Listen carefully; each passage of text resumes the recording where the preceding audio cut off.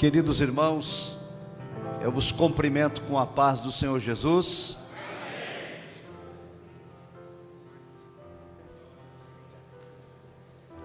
Quero registrar, queridos irmãos, a minha grande alegria de poder retornar a esta igreja em Bento Ribeiro, para juntos adorarmos ao Senhor nosso Deus e prestar a Ele nosso louvor e a nossa gratidão. Quantos estão felizes com Jesus nesta manhã? Amém? Quero agradecer a Deus pelo amável convite que me foi formulado na pessoa de seu presidente, pastor Horácio. Prazer revê-lo, pastor Horácio, uma alegria muito grande de tê-lo como nosso companheiro e exemplo nas Assembleias de Deus no Brasil. Nosso pioneiro que tem guardado os marcos que aqui foram plantados pelos nossos missionários. Louvado seja Deus por isto. Ao pastor Emanuel, companheiro do Conselho de Educação e Cultura, amigo de longa data, é uma alegria poder estar com o companheiro aqui nessa manhã. Os demais pastores que integram este ministério, esta igreja, os obreiros aqui presentes, as irmãs, aos jovens, a todos os irmãos, a minha alegria em poder compartilhar da palavra do Senhor convosco aqui neste sábado. E eu tenho também a satisfação de me fazer acompanhar nesta manhã do pastor Daniel. Pedi ao pastor para ele ficar em pé. O pastor Daniel, irmãos, ele é capelão do Exército. Ele integra o Serviço de Assistência Religiosa do Exército e é o pastor da igreja aqui na Vila Militar. A Vila Militar tem uma igreja que agrega os militares evangélicos. E o pastor Daniel também integrou a SEADER e vai já regularizar para voltar para a SEADER, né? Deus te abençoe, pastor Daniel. Um prazer recebê-lo aqui nessa manhã. Deus te abençoe em nome de Jesus. Queridos, nós vamos ver uma plenária sobre a reforma protestante. Vou pedir o apoio dos irmãos da mídia para a projeção de um pendrive. Tem um arquivo aqui. Veja aí, tem um arquivo com o título de reforma. Isso, procura ele aí. É um arquivo reforma. Ele é um diretóriozinho, é uma pasta. É uma pasta. Nós vamos fazer a projeção. Isso, agora pega isso aí, antecedentes históricos, por favor.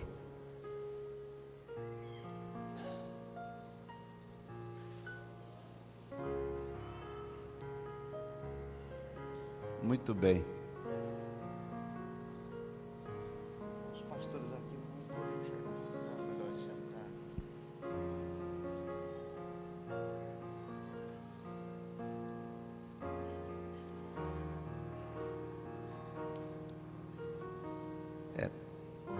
Então, irmãos, pode projetar o próximo, por favor.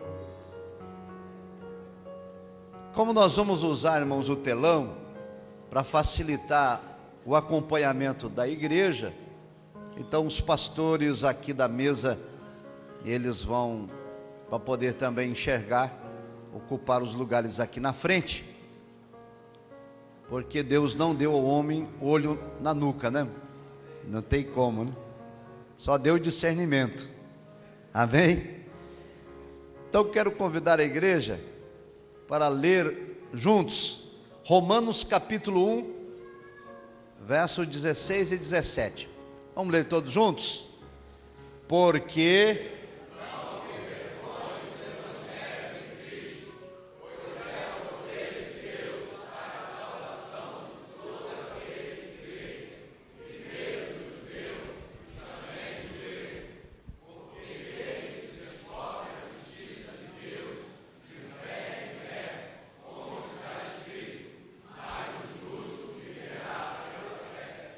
Amém? A última parte, irmãos, do verso 12.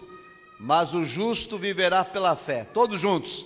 Mas o justo viverá pela fé.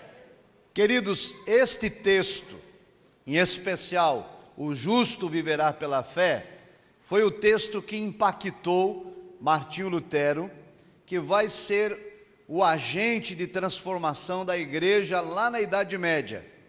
Martinho Lutero era um monge da Igreja Católica, um sacerdote católico, que havia se convertido em circunstâncias extraordinárias. Ele era um estudante de direito. O pai de Martinho Lutero desejava que o filho fosse um advogado famoso, e Martinho Lutero, indo para a Universidade de Direito, na Alemanha, ele enfrenta uma tempestade, um temporal, com raios, relâmpagos, trovões, e tudo à sua volta estava se desmoronando, e ele tem medo, e ele faz então um voto, de que se ele escapasse com vida daquela tormenta, daquele temporal, ele ia se dedicar à vida religiosa. E como ele escapou, ele abandonou o curso de Direito e entrou no monasteiro para estudar teologia e ser ordenado padre. Isto trouxe um grande desconforto para seu pai, para sua família. O pai deixou de falar com o filho, o pai deserdou o filho, e Martinho Lutero se tornou um monge religioso. No entanto, na Igreja Católica, ele não encontrou a paz espiritual que ele ansiava. Todos os estudos, ele tinha terminado já a teologia, e não havia paz. Ele não tinha certeza de salvação, ele não tinha esperança de vida eterna, ele não tinha convicção de que Deus lhe havia perdoado os pecados, e ele vivia uma vida de tormento, de verdadeiro martírio espiritual, até que um certo dia, Martinho Lutero, já formado em teologia, recebeu das mãos de seu mentor um exemplar do livro de Romanos, e ele, ao ler a Escritura, se deparou com o versículo 17, que diz: o justo viverá pela fé. Amém? E aí a vida de Martinho Lutero é transformada. Ele começa a descobrir que a salvação é pela fé, que não é pela prática de rituais, que não é pela prática de normas, mas sim por uma vida devotada a Deus por meio da fé. Ele começa a ensinar esta verdade, e esta verdade não é aceita até que ele vai romper com o catolicismo. E esta é a nossa plenária da parte da manhã. Antecedentes históricos. O que aconteceu até que Martinho Lutero vai romper com o catolicismo. Então vamos ver aqui alguns slides para que os irmãos possam situar-se dentro desse contexto. Pode passar. Antecedentes históricos e as causas da reforma protestante é o tema de nossa plenária. Próximo. Introdução. Um conjunto de fatores tornou inevitável a reforma protestante. Em torno do ano 1500, os fundamentos da velha sociedade medieval estavam ruindo. Os fatores são geográficos, políticos, econômicos, intelectuais e religiosos. O ano de 1500, muita coisa está acontecendo no mundo. 1500 é um ano que é marco de transformações na sociedade, não apenas na sociedade europeia, mas na sociedade do mundo. Nós vamos ver alguns fatores aqui, bem depressa, porque o que nos interessa são os fatores religiosos. Mas vamos aos fatores geográficos. 1492 e 1600, irmãos, houve grandes mudanças geográficas no mundo. É um período de descobertas, de descobrimentos. das grandes navegações. É nesse período, por exemplo, que Colombo vai descobrir a América, que Pedro Álvares Cabral vai descobrir o Brasil. O mundo de então não conhecia a América, sequer o Brasil. O mundo estava restrito à Europa e a alguns outros países da Ásia. Bem, a Espanha e Portugal detêm o monopólio das descobertas aqui, na América Central e na América do Sul. Isso é uma questão histórica, mas que vai contribuir com a reforma protestante. Próximo ponto. Nesse período surge no mundo a ideia nacionalista, um sentimento de que cada estado, de cada nação tem que ter a sua própria cultura. Os povos não querem mais ser dominados por um império, pertencer a um império. Cada um quer pertencer ao seu país, à sua nação, onde nasceu. A partir daí, há uma aversão ao domínio de um governo religioso, e o conceito de nação e Estado levou homens da lei e dos negócios a substituírem os religiosos no governo. Até então, a Igreja Católica manda e desmanda. O cardeal, o bispo, o padre, eles ocupam posições também políticas. Eles são governadores, são prefeitos, são administradores. E, a partir desse sentimento de nacionalismo, a sociedade começa a substituir os religiosos por homens da lei, por homens de negócio.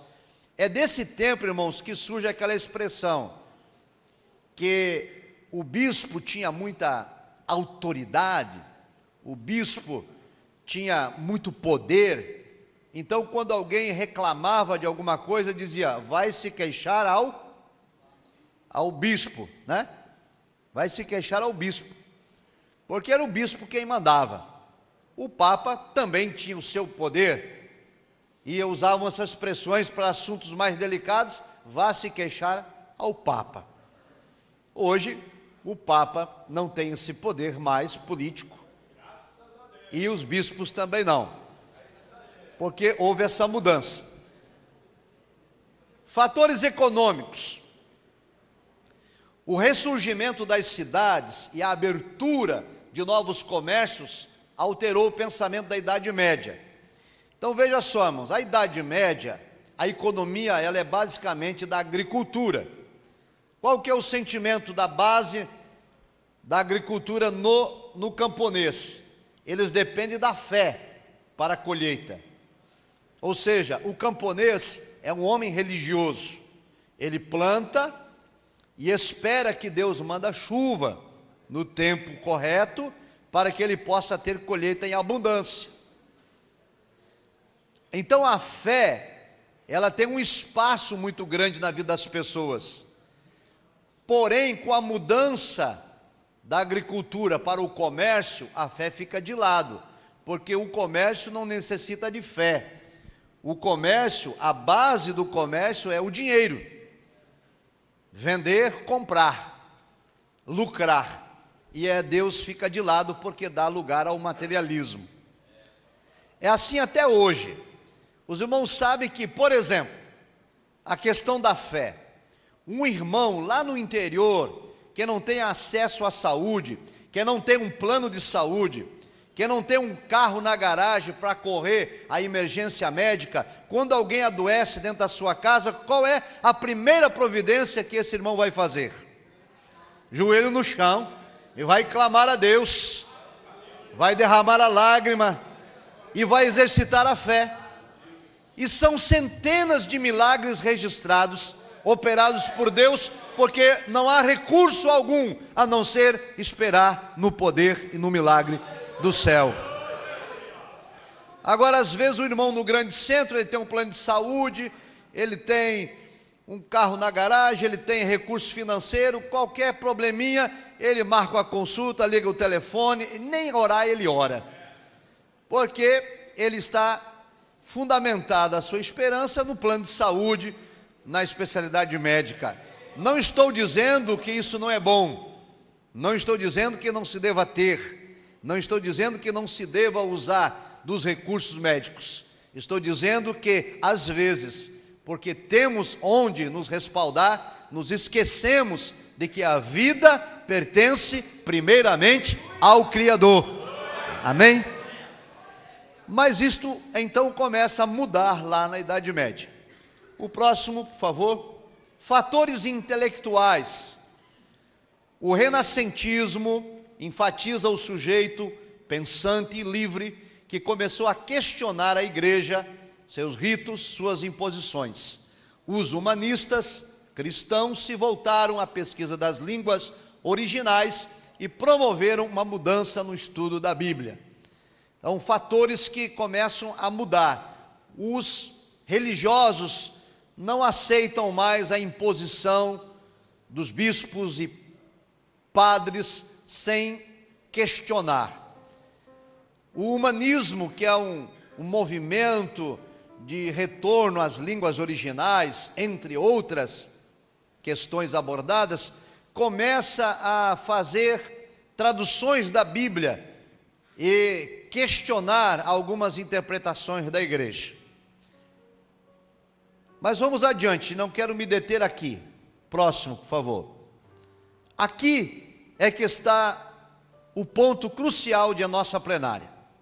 Vimos os fatores de ordem geográfica, econômica, social, intelectual, que foram fatores importantes para a reforma, mas os mais relevantes foram os religiosos. Então vamos aos fatos. A verdadeira motivação que levou Lutero a escrever 95 teses. As 95 teses, irmãos, Martinho Lutero afixou na porta do templo da igreja, que estava em Wittenberg, na Alemanha. Ele escreveu de próprio punho. Naquela época, a porta da igreja era um grande mural. As pessoas que queriam vender ou trocar, ou dar um aviso, podiam colocar na porta da igreja. Entenderam, queridos? Então, era um grande mural. E lá, Martinho Lutero colocou 95 teses, questionando uma série de dogmas da igreja, questionando a venda das indulgências, questionando uma série de ritos e anunciando que a salvação se dá pela fé em Jesus Cristo. Quais eram os questionamentos que Lutero colocou lá? Nós vamos ver aqui alguns. Primeiro, corrupção e suborno nas eleições e indicações para os cargos eclesiásticos. Vou pedir aos irmãos para lerem comigo esse ponto que está aqui em itálico. Juntos. Corrupção e suborno.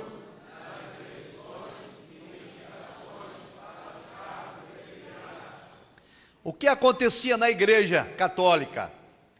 Quem era indicado para ser padre, bispo, cardeal, não era por vocação, não era por chamada, era por corrupção, por suborno. Alguns exemplos que eu trago aqui aos irmãos. O Papa Alexandre VI foi eleito pelo Colégio de Cardeais por meio de suborno. E o Papa Leão X teve a sua eleição comprada a peso de ouro. Os cardeais raramente eram escolhidos por sua piedade, mas em geral por sua riqueza ou relações políticas.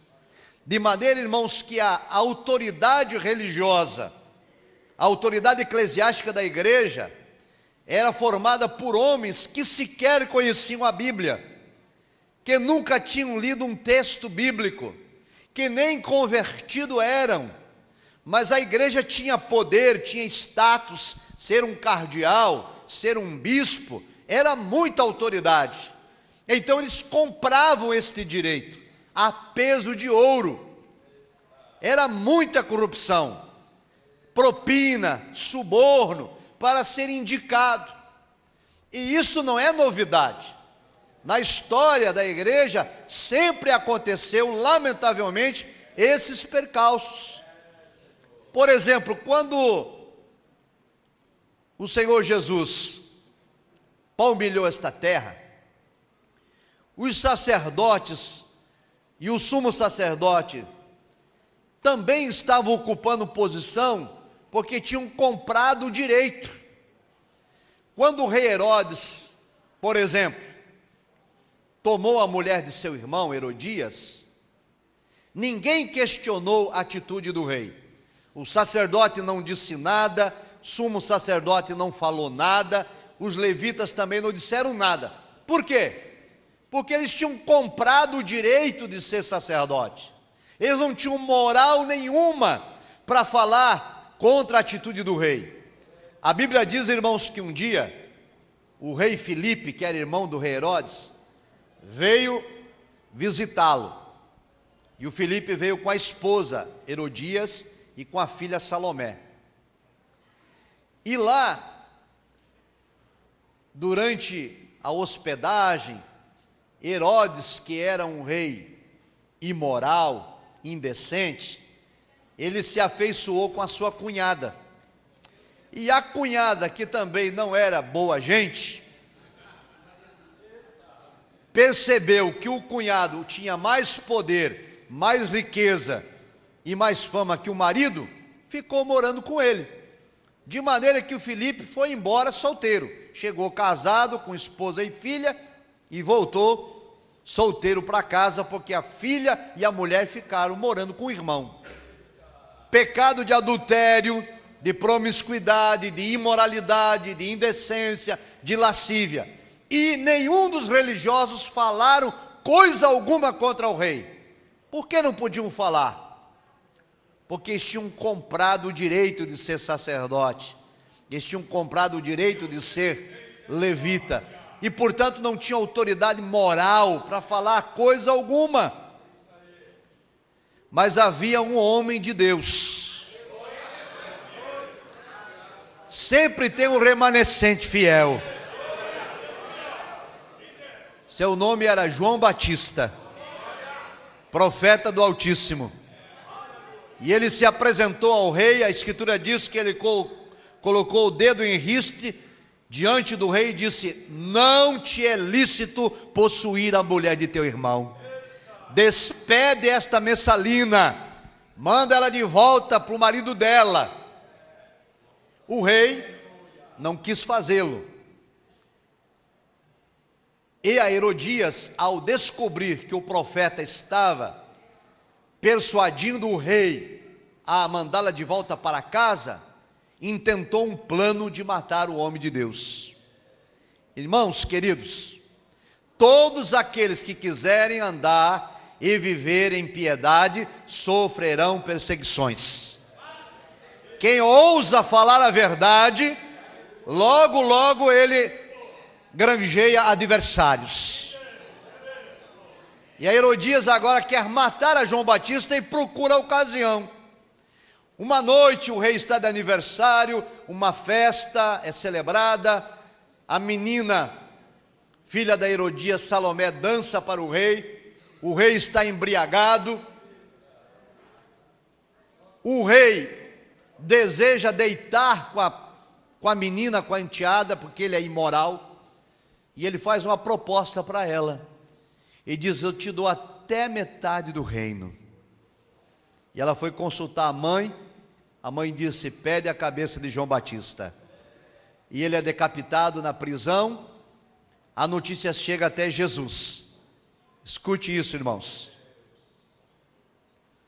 O Senhor Jesus, ao receber a notícia da morte de João Batista, decapitado no cárcere, fez a seguinte afirmação, deu o seguinte testemunho: dos nascidos de mulher, não há profeta maior que João Batista. Meus irmãos, nos dias em que nós vivemos, onde a igreja contemporânea também tem nos seus quadros eclesiásticos homens e mulheres que não se converteram, que não conhecem a Deus, que não estão preocupados com a verdade, que querem manter seus cargos e funções a qualquer preço e a qualquer custo, mesmo usando de suborno e corrupção, O Senhor Jesus precisa de homens e mulheres com autoridade moral, como João Batista, para proclamar a verdade.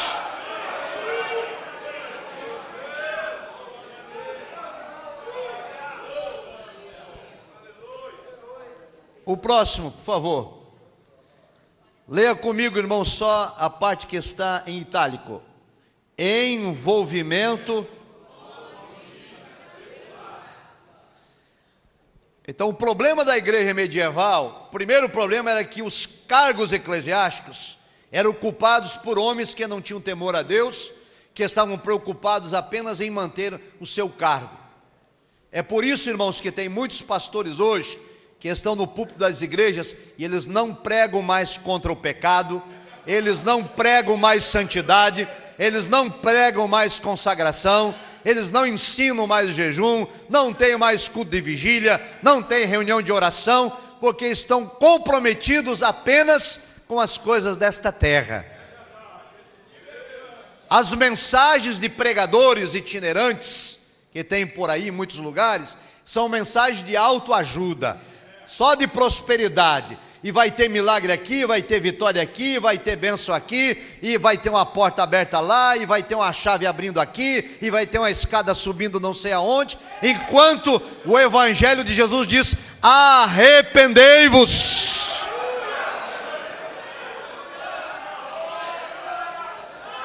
Jesus não vem buscar uma igreja cheia de posses, Jesus não vem buscar uma igreja cheia de bens materiais, vem buscar uma igreja sem mancha, sem mácula, sem ruga, adornada, preparada para ir morar nos céus. Isto não quer dizer que a prosperidade não seja bíblica, que o milagre não seja bíblico, mas nós precisamos equilibrar. O Senhor Jesus nos ensinou que a prioridade é a salvação da alma, e as outras coisas serão acrescentadas. Não é isso, irmãos?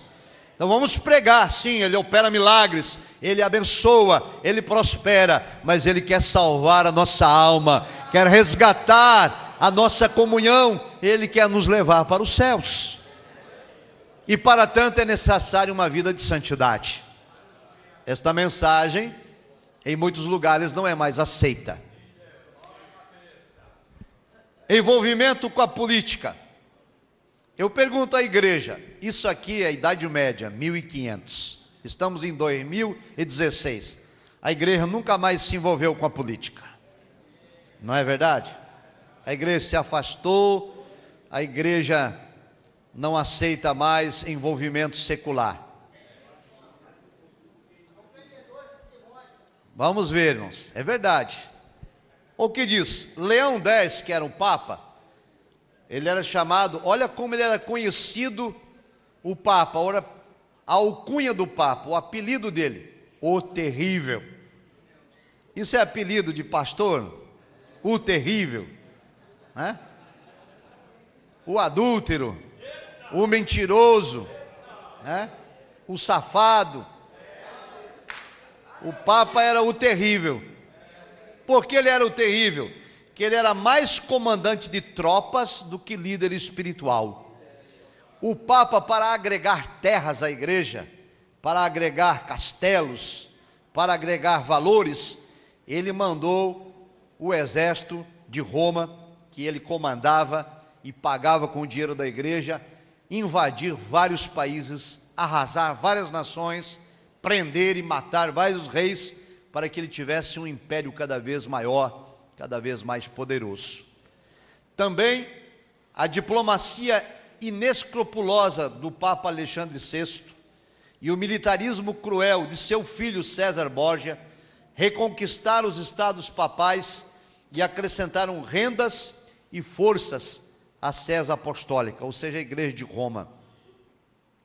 A igreja, nesse período, não tem nenhum escrúpulo em acrescentar riquezas, explorando a fé dos homens e envolvendo-se em questões políticas partidárias, apoiando aqueles que de alguma maneira trariam um retorno financeiro e político a Igreja Católica. Neste mês de abril, irmãos, no Mensageiro da Paz, eu tive o privilégio de escrever um artigo com o título O Cristão e a Consciência Política. É um artigo de 7.000 caracteres. Eu tenho esse privilégio de ser articulista da CPAD. E eu estava escrevendo sobre isso. A grande dificuldade que nós vivemos hoje, de alguns líderes, não daqueles que foram chamados, porque sempre Deus conservou no meio do seu povo o remanescente fiel. Sempre. Sempre teve 7.000 que não se dobram, que não se deixam comprar, que não aceitam suborno. Mas lamentavelmente nós temos igrejas inteiras que negociam a fé do povo de Deus em troca de voto para o candidato A, para o candidato B, em troca de telhado, de tijolo, de areia, de dentadura, de não sei mais o que. As pessoas vendem seu voto pela falta de integridade. A igreja não pode estar alienada às questões políticas do país. A igreja não pode estar à margem das questões políticas, mas a igreja não pode aceitar suborno, nem propina e nem obter vantagem ilícita, porque a igreja não depende do governo, a igreja, ela depende do Senhor Jesus Cristo, que a comprou com sangue.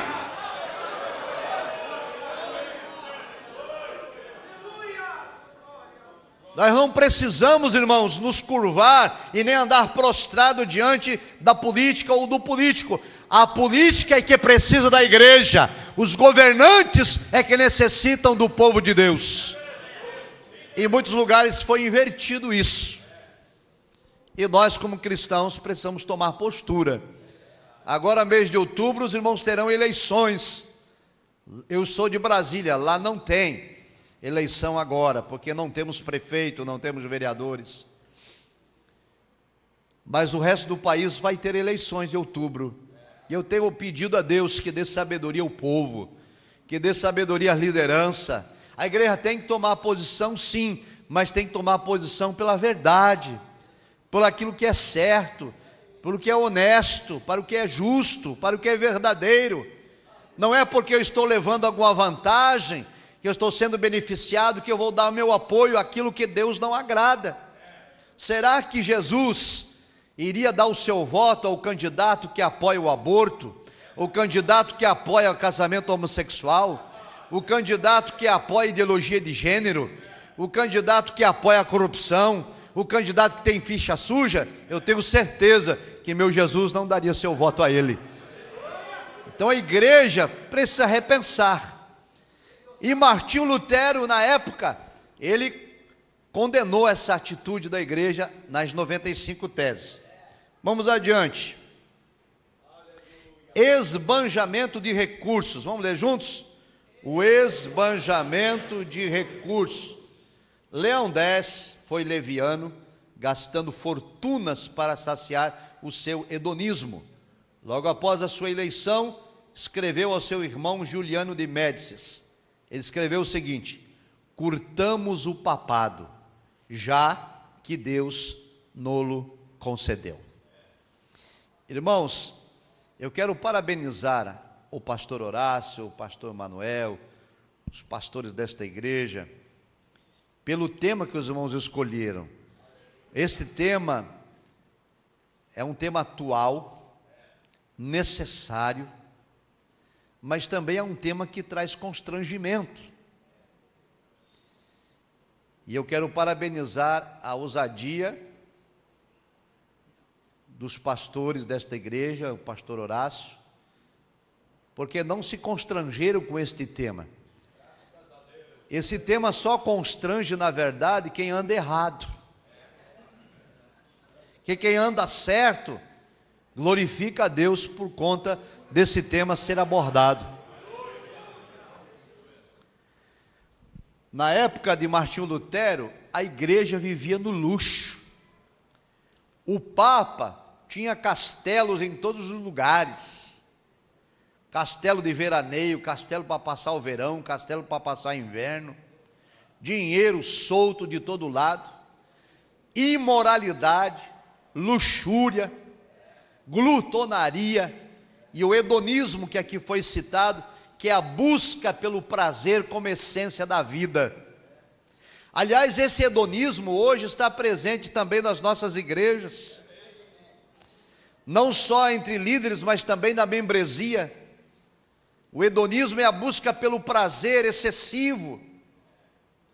Então, esses irmãos que estão sempre em busca do prazer, eles não têm tempo para vir à igreja, eles não têm tempo para vir à escola bíblica dominical, porque está envolvido no churrasco, no clube, no aniversário, no passeio, no evento tal, no evento X. Ele não pode vir no culto de vigília, ele não pode estar na consagração, ele não pode estar no estudo bíblico, porque está com uma série de responsabilidades do hedonismo, na busca pelo seu prazer, da sua satisfação, dando prioridade às coisas materiais, esquecendo do espiritual. Jesus contou a parábola de um homem que era hedonista, que ela é chamada na Bíblia como a parábola do homem rico.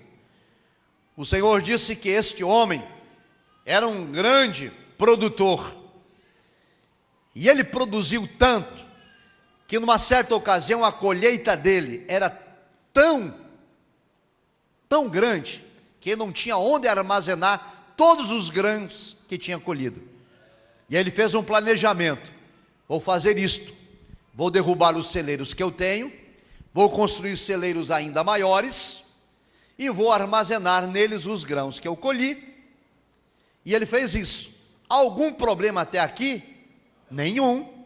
Trabalho honesto, trabalho direito, esforço pessoal, nenhum problema. Prosperidade não é pecado. Amém, irmãos? A gente não pode confundir as coisas. O problema dele foi que quando ele olhou tudo que ele tinha conquistado, todas as bênçãos que ele tinha adquirido, os celeiros que tinha construído, ele parou diante de todo o seu poder econômico e disse: alma, agora tu tens em depósito bens para muitos anos. E aí ele vai dar as três coisas do hedonismo, que é a busca pelo prazer. Ele disse: alma, agora come, bebe e folga. Comer, beber e dormir. Comer, beber e descansar. Comer, beber e passear. Comer, beber e fazer a vida valer a pena. Era isso.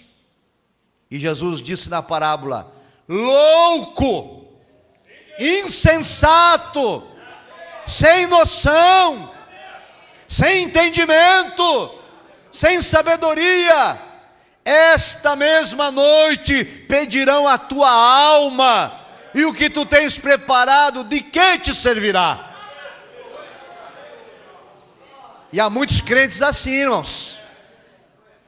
A busca do prazer, da conquista, de ter, de ser, de possuir, de conquistar. Não há problema nenhum em querer uma vida melhor, mas não podemos nos esquecer de que nós somos espírito e alma, e que a nossa vida precisa de comunhão com Deus, que o reino do Senhor tem que ser a prioridade. E a liderança precisa ensinar isto, pregar isto, exortar a igreja, senão nós corremos o risco de viver esse hedonismo. E a igreja católica da Idade Média estava nessa situação, especialmente a liderança, em que o papado era uma curtição. Na igreja cristã, irmãos, aqui está o pastor Horácio, que é um dos nossos pioneiros, os nossos missionários, eles pagaram um preço muito alto para que o evangelho chegasse até nós. Foram perseguidos, maltratados, viajaram no lombo do cavalo, no lombo da jumenta, andaram quilômetros e quilômetros a pé, dormiram na estrada, na mata, nos bancos, nas praças, passaram fome, passaram necessidade, para que o evangelho fosse anunciado, para que ele fosse pregado. E nós temos um legado que nós precisamos honrar. Lamentavelmente, em muitos lugares, se transformou o ministério em fonte de ganho, em fonte de lucro, em fonte de enriquecimento. Se você convidar determinado cantor, ele não vem à igreja, ele não aceita vir louvar a Deus, a não ser por um determinado valor. E hoje está sendo cobrado, inclusive, antigamente era por noite, agora é por hino. Quantos hinos? Um hino é 2.000, 2 hinos, 4.000, 3.000, 3 hinos faça oferta, fica por 5.000. Hotel é 5 estrelas, carro blindado, motorista particular. E alguns exigem até que tenha camarim para ele separado, com frutas, com suco. Se brincar, até alguém para fazer massagem. E às vezes a vida dele é toda desmantelada, de iniquidade, de adultério, de promiscuidade. Preletores também famosos e querem auferir. É verdade que a Bíblia diz, eu sempre faço a ressalva para não ficar um mal entendido. A Bíblia diz que digno é o obreiro do seu salário, que tem que abençoar o homem de Deus, que ele não tem que passar fome, que ele não tem que passar necessidade, que ele tem que ter vida digna, que ele tem que poder sustentar sua família sem passar vergonha. E isso está escrito na palavra. O que eu estou me referindo aqui não são dos homens dignos que a igreja deve sustentar, amar e abençoar. Estou falando dos mercenários. Estou falando daqueles que querem fazer da igreja fonte de lucro. Sabe de quem é a culpa, irmãos? É da igreja. A igreja que convida, a igreja que chama, a igreja que faz campanha, as irmãs que vendem lanche, os jovens que vendem latinha para arrumar dinheiro, para pagar a oferta. É da igreja. E às vezes nós temos no nosso meio homens e mulheres de Deus com vida no altar, com palavra ungida, que não tem oportunidade.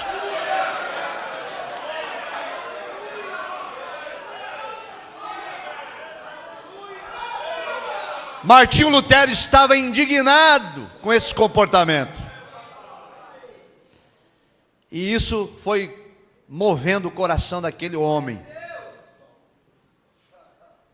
Próximo item, irmãos. A força da tradição. Esse é um outro perigo. A igreja vive de novo. Um conjunto de tradições religiosas que no passar dos séculos ganhou preeminência em relação à palavra de Deus. Como nos dias de Jesus, a tradição passou a invalidar o mandamento divino. Sabe qual é o problema?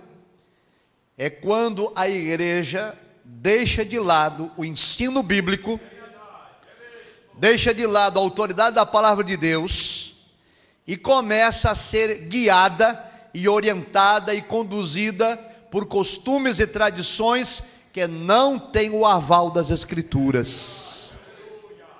Um dos problemas do nosso meio, que é a igreja pentecostal, a Assembleia de Deus, e antes de eu fazer a exposição desse assunto, eu costumo também deixar claro, irmãos, eu sou pentecostal, amém?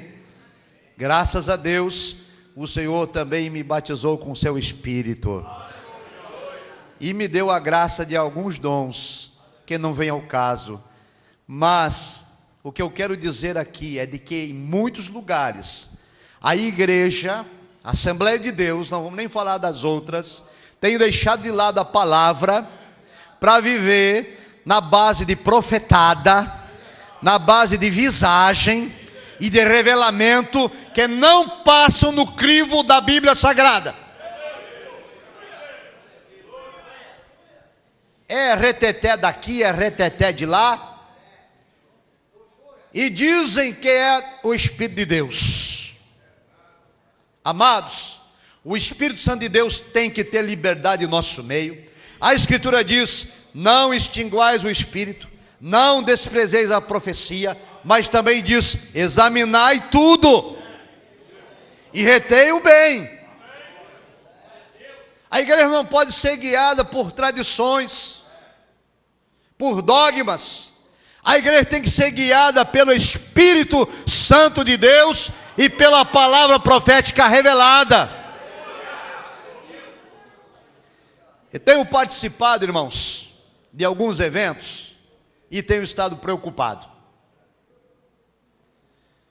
Vou repetir: o Espírito deve ter liberdade, o Espírito faz o que lhe apraz, ele batiza, ele concede dons, ele usa alguém em profecia, ele usa alguém na revelação, ele usa alguém na palavra, ele usa alguém para operar milagres. Mas, amados, não significa dizer que porque há manifestação espiritual na igreja, que tudo que o profeta vai dizer ou ensinar tem respaldo bíblico. Tem que examinar a Escritura, como os irmãos de Bereia. E quando Paulo pregava, eles examinavam as Escrituras para ver se de fato era assim como Paulo dizia. Então tenho tido em alguns eventos que dizem ser manifestação do Espírito de Deus, eu tenho visto muita meninice. É gente pulando, arrodeando, dançando, fazendo aviãozinho na igreja, sapateando, vai para lá, volta para cá, grita, chora, pula, dança, e quando termina o evento, essas mesmas pessoas que pularam, que choraram, que arrodearam, que viraram cambalhota, voltam à vidinha medíocre de sempre, mentindo, continuam, adulterando, permanecem, falando mal da igreja, idem, desrespeitando o pastor, a mesma coisa, não entregando dízimo e oferta, sendo mesquinho, cobra de Deus, da mesma maneira, porque o Espírito Santo bíblico que eu conheço, ele convence o homem do pecado, da justiça, do juízo, e as vidas são mudadas.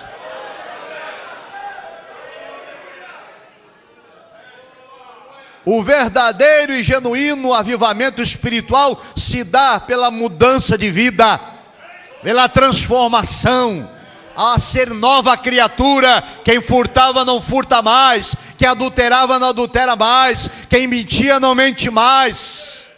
É vida nova, é o caráter cristão, a integridade. Aí profetiza, sapateia, fala língua estranha, fofoqueiro, mentiroso, criador de caso, desobediente, rebelde, obstinado, insubordinado, rancoroso, soberbo, orgulhoso, prepotente. Isto não é obra do Espírito. Meu Espírito Santo que habita em mim, habita na igreja, transforma as vidas. Então, queridos, temos que voltar a pregar a palavra. Em nome de Jesus. Não é porque a tradição da igreja é pentecostal que nós vamos permitir que a meninice, que a falsa profecia, a falsa revelação domine a igreja. E não é porque existem os falsos e os meninos que nós vamos impedir a verdadeira manifestação. Amém, irmãos? Vamos adiante. Próximo slide, querida, por favor. Outras queixas. Agora veja só, tudo isso Lutero escreveu nas 95 teses. A ênfase na fé ortodoxa mais do que na boa conduta. Lutero questionou isso. O que era a fé ortodoxa? Era a fé do ritual. No caso da igreja católica, vai na missa, fez a primeira comunhão, fez lá a Eucaristia, participou da Eucaristia, contribui, está tudo certo.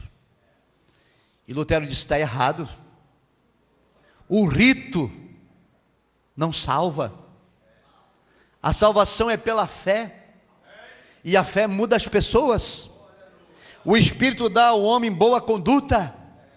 Jesus disse: olha, o mundo tem que olhar para vós, ver as vossas boas obras e glorificar o Pai que está nos céus. Então, queridos, hoje nós temos esse problema também nas nossas igrejas. Não basta frequentar o culto, não basta entregar o dízimo, não basta cantar no coral, não basta fazer parte da orquestra, não basta ser obreiro, não basta ter cargo, tem que ter bom testemunho.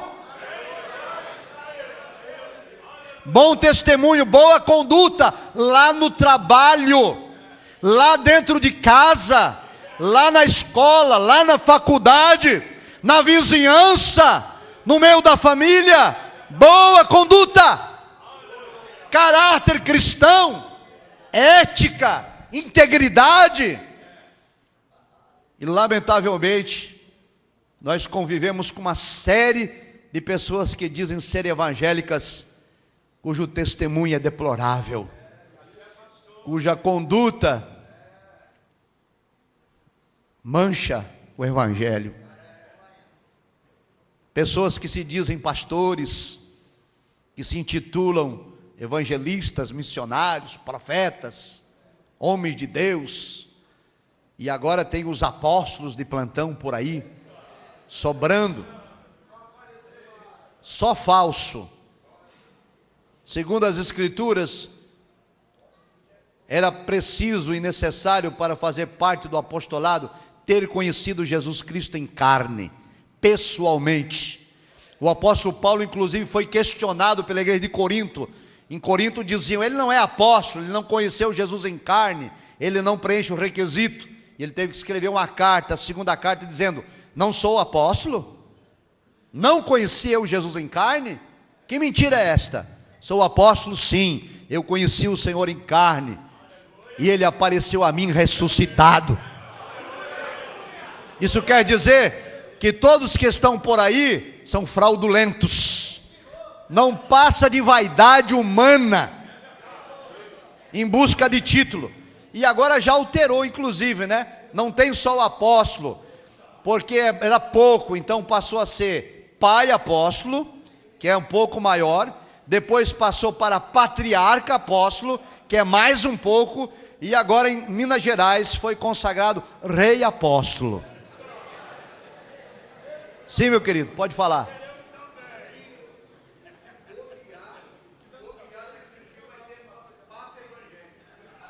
Se brincar, irmão, diz, vai ter papa, daqui a pouco tem a quarta pessoa da Trindade, né? Vaidade, vice-deus, só vaidade. Os verdadeiros homens de Deus, que foram escolhidos e chamados por Deus, sabem da grande responsabilidade que é ser um pastor, ser um obreiro, ser um ministro, e têm vida de humildade, prostrado no altar, sabendo que um dia vão prestar contas a Deus que os chamou. Então, queridos, precisamos tomar cuidado com algumas práticas que estão invadindo as nossas igrejas. Tudo aquilo que não tem respaldo na palavra tem que ser desconsiderado. Paulo escreveu à igreja na Galácia dizendo isto: se até um anjo do céu vier pregar um outro evangelho, além daquele que já foi anunciado, seja anátema, amaldiçoado, não receba, não aceite. A palavra de Deus é lâmpada para os pés, luz para o caminho.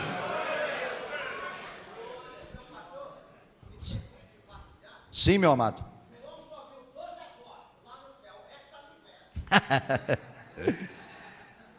O outro item, queridos, a absorção da religião pelo ritual, a ociosidade e a esterilidade espiritual dos monges. Então, a troca da devoção sincera e genuína pelo rito. Isso voltou hoje, irmãos, nas igrejas, especialmente as neopentecostais. Como que é o rito, por exemplo? Há muitas igrejas, inclusive a Assembleia de Deus, colocam uma mesa aqui na frente e vamos trazer, irmãos, as fotos das pessoas, as chaves dos carros, o lencinho não sei de quem. Isso é rito, isso não é evangelho. Serafins, é sal grosso, pulseirinha ungida, regressão, sabonete ungido, de preferência de arruda, que tem mais poder, né? Tudo isso é rito, isso não é evangelho, nem nunca foi. A Escritura diz, em Hebreus capítulo 11, que a fé é o firme fundamento daquilo que não se vê e a certeza daquilo que se espera. Isto é fé. O mais é idolatria, é rito. E nós precisamos, irmãos, tomar cuidado que está invadindo as nossas igrejas. Vamos adiante. Próximo, por favor. Exploração da credulidade popular por meio da venda de indulgências. Isso era um problema sério. Vendiam-se a peso de ouro, a peso de prata, as indulgências, entre elas o perdão de pecados. A pessoa podia comprar o perdão do seu pecado, de quem já tinha morrido e de quem ainda ia nascer. O Papa tinha poder total, no passado, no presente e no futuro. E Martinho Lutero fica indignado. Havia um monge que foi designado pelo Papa para viajar pela Europa, arrecadando essas indulgências. A cantiga era assim: quando a moeda na sacola cai, uma alma do purgatório sai. E o povo, incrédulo, aliás, incrédulo não, ingênuo, acreditava. E Martinho Lutero ficou indignado. Irmãos, eles vendiam lasca da cruz, prego da cruz. Um dia Lutero, dando uma palestra na universidade, ele disse: olha, se fosse juntar todas as lascas da cruz que já foram vendidas, dava para construir um navio. Os pregos da cruz foram 3, né? Um prego que transpassou os pés de Jesus e um prego em cada mão, mas já tinham vendido centenas de milhares daqueles pregos que diziam que Jesus tinha sido crucificado. A cabeça de João Batista, supostamente a caveira de João Batista, ela era exposta num museu para ser visitada a troco de oferta. Queridos, hoje em dia esses talismãs estão de volta nas igrejas.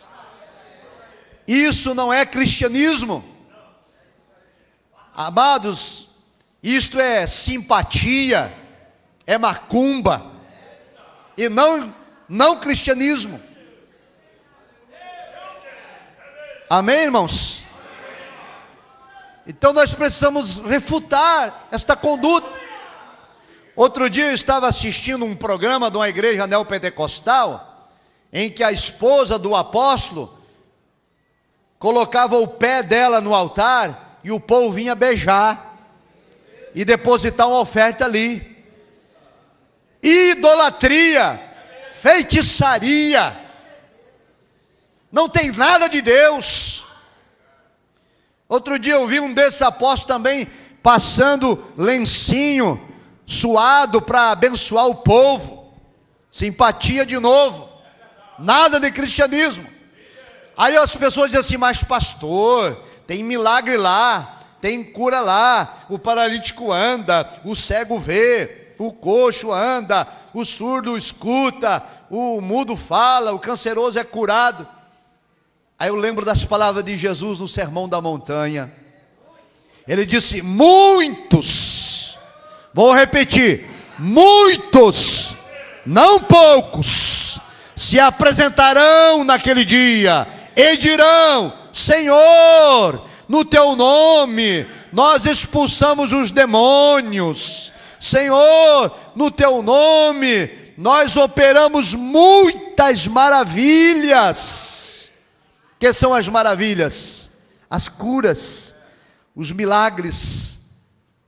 E o Senhor dirá a eles: apartai-vos de mim, eu não vos conheço, vocês praticaram iniquidade. Queridos, milagre não autentica a aprovação de Deus numa igreja. Nem profecia autentica a presença de Deus numa igreja. O que autentica o Espírito de Deus numa igreja é a igreja que vive de acordo com a palavra, que tem bom testemunho. Eu vou dizer aos irmãos, pessoal e particular, eu não me impressiono com profeta, não me impressiono com operadores de milagres, eu me impressiono com vidas que têm conduta cristã, caráter cristão, tem testemunho. Esses eu admiro. E aliás, o inferno também não se preocupa com milagreiros e nem com profetizadores. O inferno se preocupa com aqueles que têm vida no altar. Vamos adiante, eu já estou terminando. Consideração final, para concluir. A pergunta que faço são duas. Primeiro, será que não estamos precisando de uma nova reforma? Amém? Será que a igreja não precisa retornar outra vez à palavra?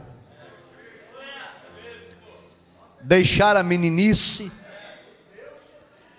deixar o materialismo, o emocionalismo e voltar à verdade do evangelho? Que nos púlpitos das igrejas os pastores voltem a pregar sobre santidade, sobre consagração, caráter cristão, vida no altar, fidelidade, a ser um bom pai, a ser uma boa mãe, a ser um exemplar marido, a ser uma exemplar esposa, a ser um obreiro dedicado, a ter responsabilidade com Deus e com o seu reino. E a segunda pergunta, será que Deus não está em busca de outros reformadores? Será que Deus vai encontrar alguém aqui nesta manhã disposto a reformar a igreja pelo ensino da palavra,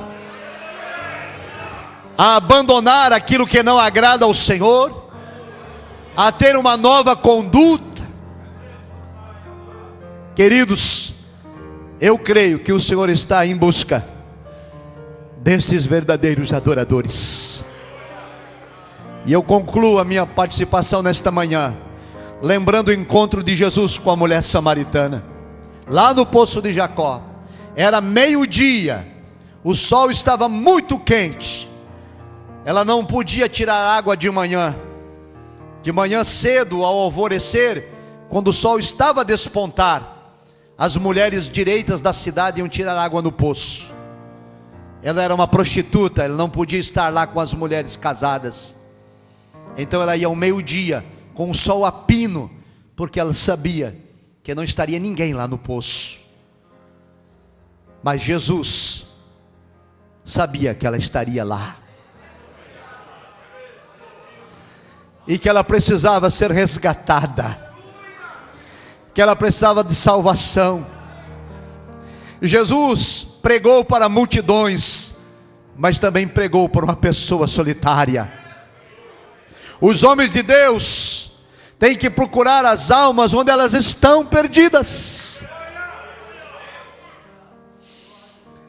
E ele conversou com aquela mulher. Ele disse: mulher, dá-me água para beber. E ela disse: não posso. Você é judeu, eu sou samaritana. Você é homem, eu sou mulher. Mas Jesus está quebrando os paradigmas, está rompendo as barreiras. Não pode haver impedimento para a propagação do evangelho. Todas as barreiras têm que ser colocadas por terra.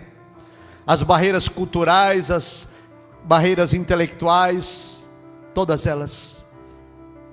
E Jesus disse: mulher, se tu soubesse quem é o que fala contigo, tu me pedirias e eu te daria água viva, e você nunca mais teria sede. Só Ele pode nos dar esta água, irmãos, que sacia a nossa sede de Deus. Foi nesta fonte que Martinho Lutero bebeu e se transformou no grande reformador. A mulher disse: então dá-me desta água, para que eu não torne mais aqui a beber desta água. Jesus disse: então chama teu marido. Ela disse: eu não tenho. Ele disse: é verdade, tu nunca teve um marido, você já teve 7, e nenhum era teu marido, e o que você tem agora também não é. Ela disse: eu vejo que tu és profeta, então me diga uma coisa. A mulher samaritana perguntou a Jesus: me ensina. Eu sei que a minha vida é errada, eu sei que eu desagrado a Deus, e eu quero mudar de vida. Me diga, como que eu devo me transformar numa adoradora? Os meus pais disseram que eu tenho que adorar aqui no monte em Samaria, e eu escuto os judeus falarem que tenho que adorar lá no templo em Jerusalém. Eu disse: mulher, não é o rito que Deus olha,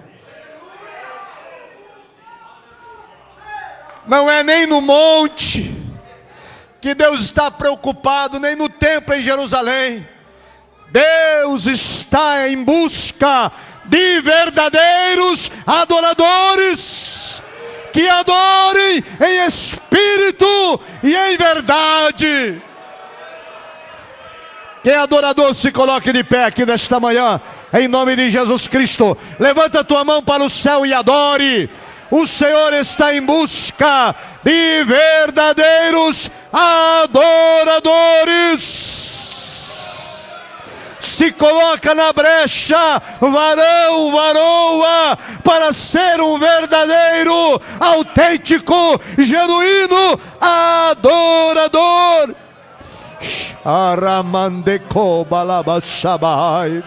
Oh Espírito Santo, renova a igreja, restaura a igreja, aviva a igreja, em nome de Jesus. Levanta teus servos e servas para fazer a tua obra, para pregar a tua palavra, para anunciar o teu evangelho, e que o nome de Jesus Cristo seja em tudo glorificado. Assim, ó Pai, rogamos a tua bênção em nome de Jesus.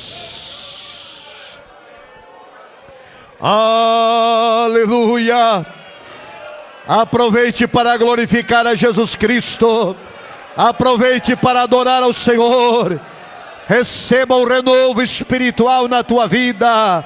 Ó Espírito Santo, concede dons espirituais. Ó Espírito Santo, concede milagres ao teu povo.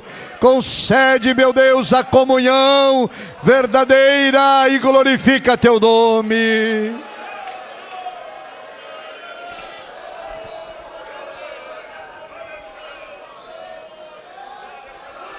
Aleluia.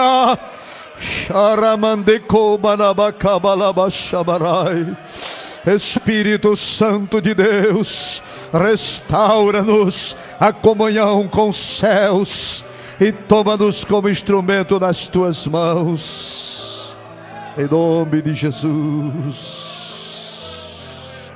Aleluia. Irmãos, quem conhece um corinho antigo que diz assim: Senhor, quem entrará no santuário? Tá bonito, cante. Senhor, quem entrará no santuário? Quem tem as mãos limpas? Quem tem as mãos limpas, um coração puro e não tem vaidades e sabe amar. Quem tem as mãos limpas e um coração puro e não tem vaidades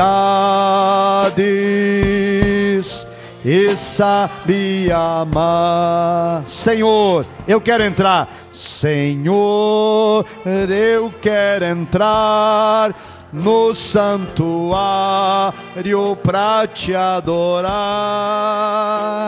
Senhor, eu quero entrar no santuário pra te adorar. Ó, dá-me as mãos limpas e um coração puro. Retira a vaidade e ensina-me a amar.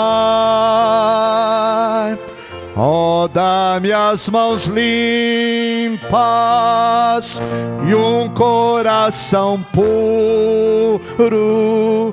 Retira a vaidade